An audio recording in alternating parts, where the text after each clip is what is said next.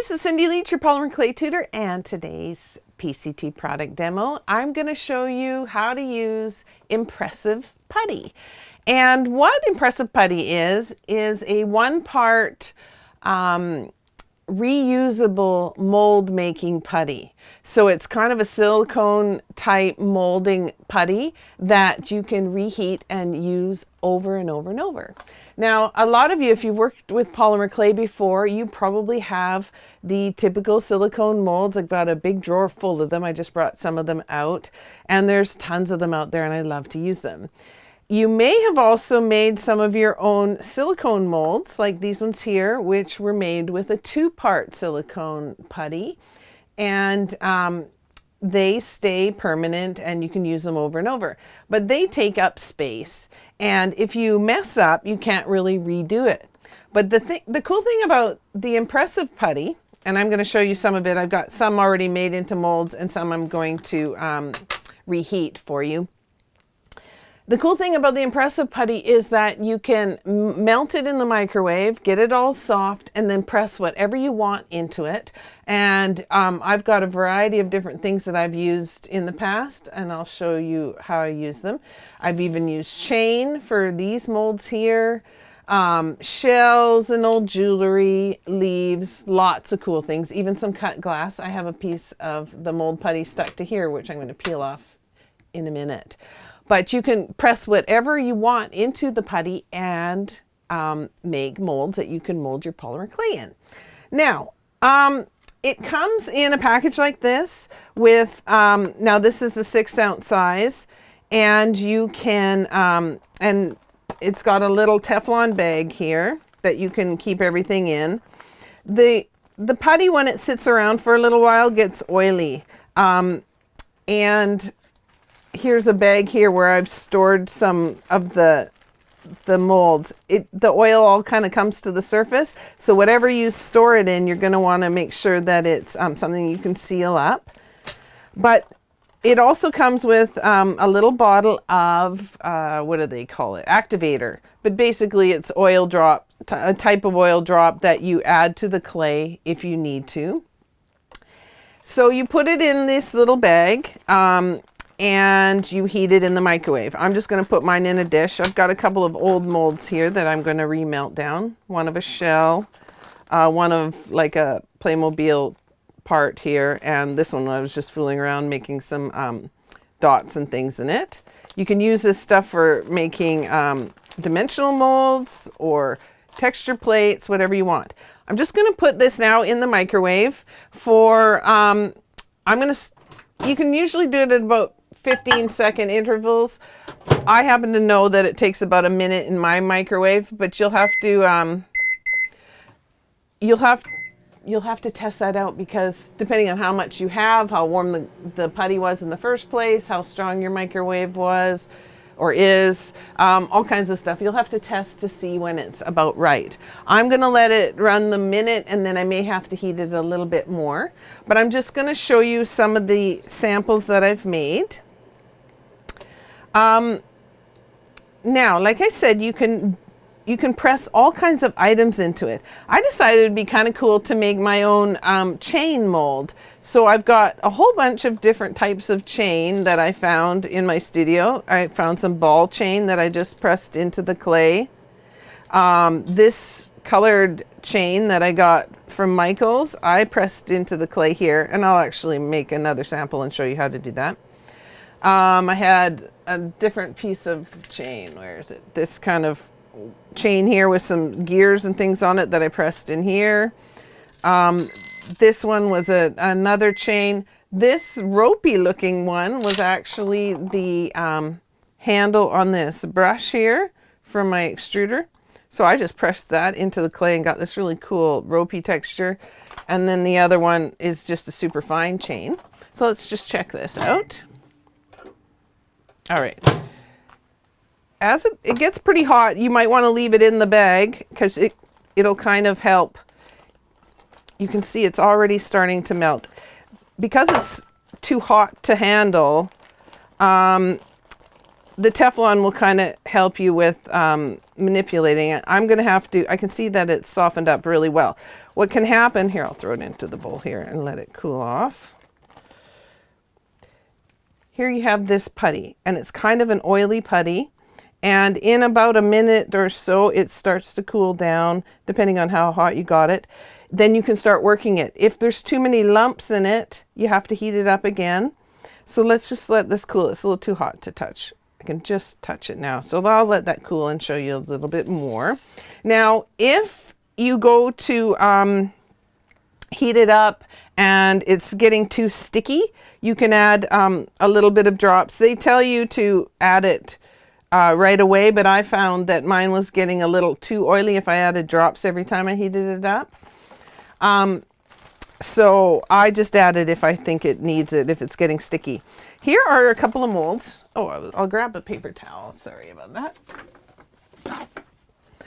What you do if the mold has been sitting around and gotten too oily, all you do is just kind of dry it off.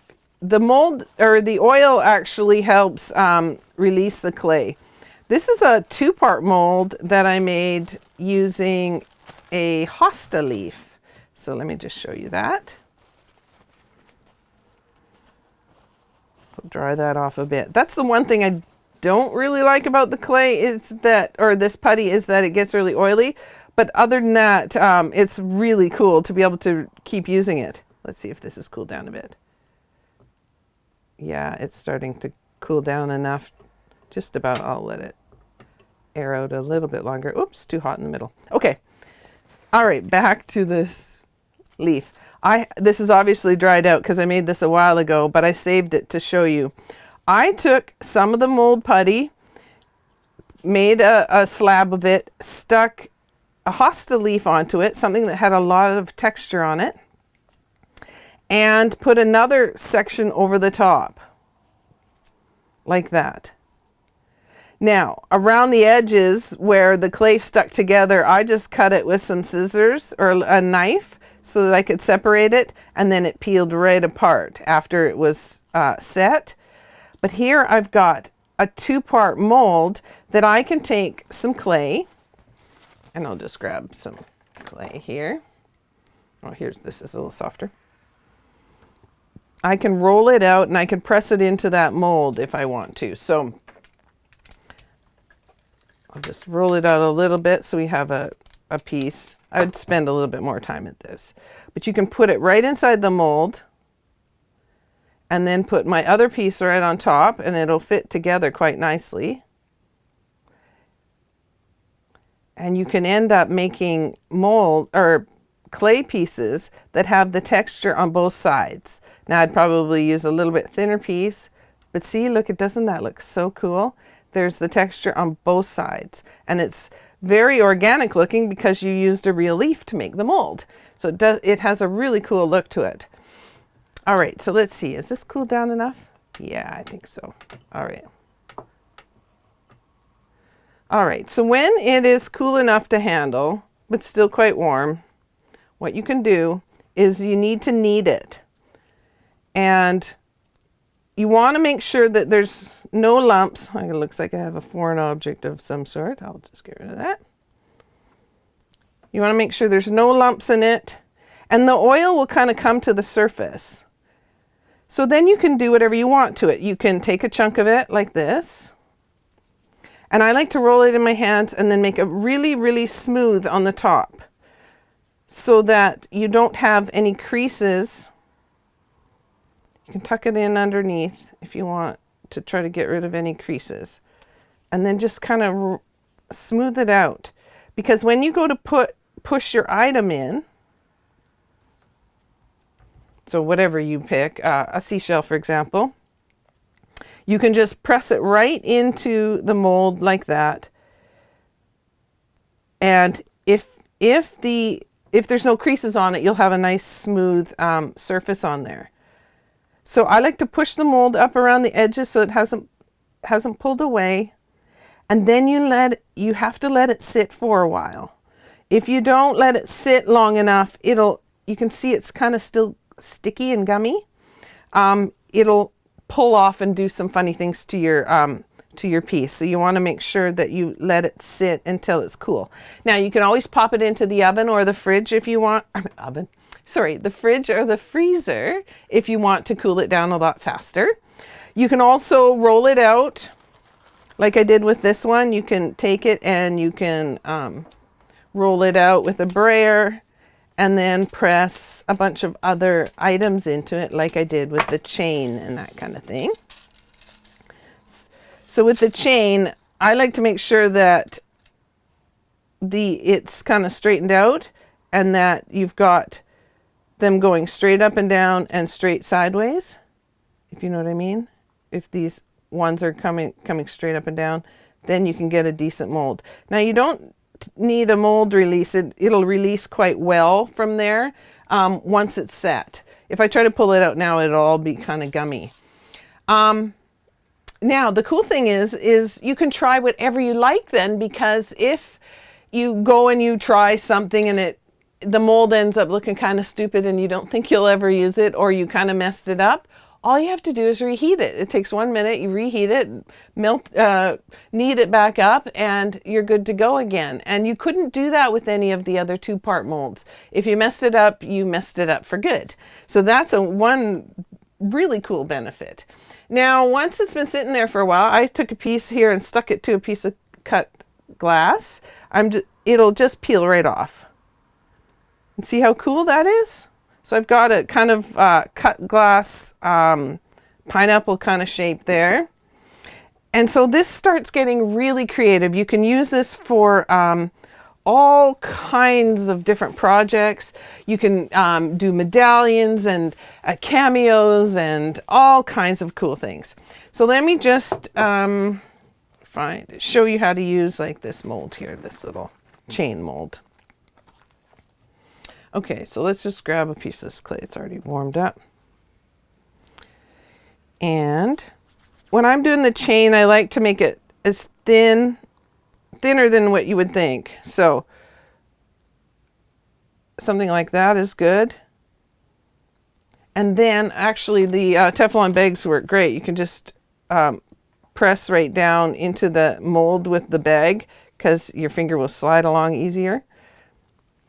But I'll just show you how cool these molds work. And this would be cool for any kind of steampunk type thing. Whoops, I stretched that one out a lot. See that? See that cool chain there? And you can do the super tiny ones or the ropey ones. Here's one here we'll do. You could do all kinds of neat bezels. Whatever you want.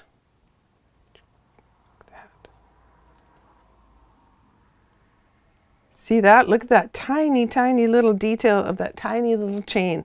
And you could wrap that around something. You could highlight it with mica powders, all kinds of cool things.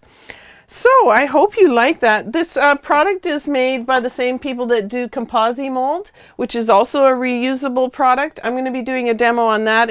It behaves differently, but you can do some really cool stuff with it as well. And if you like that, I'm going to make sure to put links to this product in the description or wherever you're watching this at. And if you like this video, do let us know. Make sure to click that like button, subscribe, and share, and do all those cool things that we do on these social sites. And if you have a product you'd like me to test, a technique you'd like me to share, something that you would like to learn more about in regards to polymer clay, make sure to leave those suggestions in the comment section below, and I will do my best to make a video in the future. All right, so we'll see you next time, and bye for now.